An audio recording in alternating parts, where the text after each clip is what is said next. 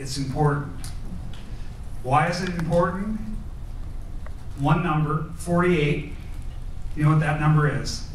That's Connecticut's ranking among bicycle-friendly states. And that is about to change big time, right?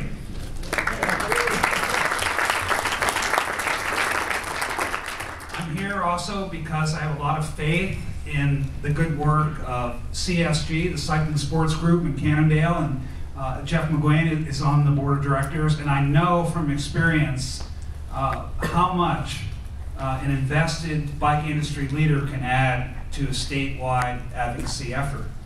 I'm here because of unification, and I want to congratulate you.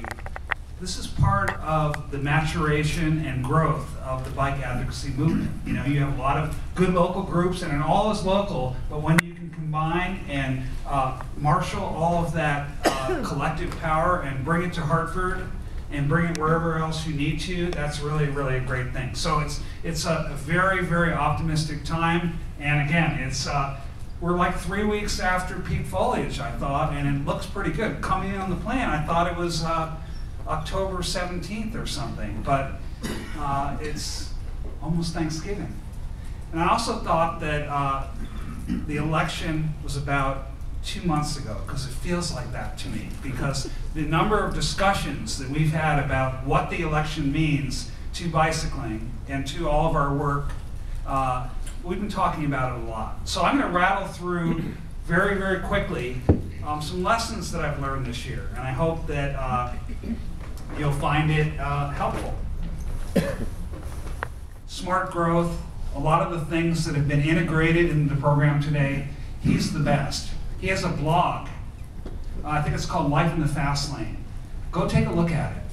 The sophistication of his argument about bicycling and why it's a good federal investment and why it benefits people who will never ride a bike in their entire life. It's amazing to have a Secretary of Transportation in that position. And there are all kinds of practical outcomes that have followed.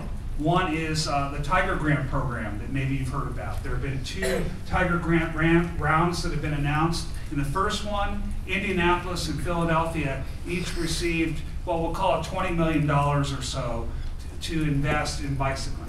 And that's pretty cool. The second round, we're still analyzing it, but similar thing. Maybe 30 or 40% of the grants that were awarded had major bicycling and walking components. This guy has a lot to do with it.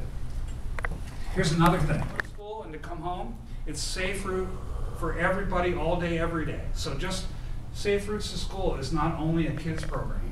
Tradition of bicycling. I won't tell you stories about the history of bicycling in Connecticut.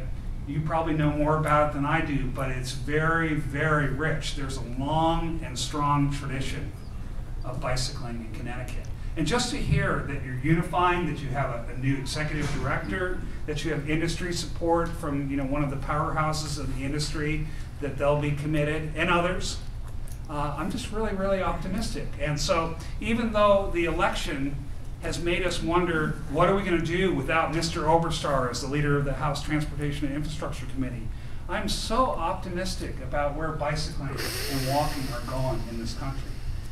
And I'm so committed, as I think all of you are or should be, to being part of that, to help it. Because if we keep pushing and we keep working and we keep getting more professional and we keep getting more factual and have better stats, and also we can distill, we're going to be successful because the story is there, right?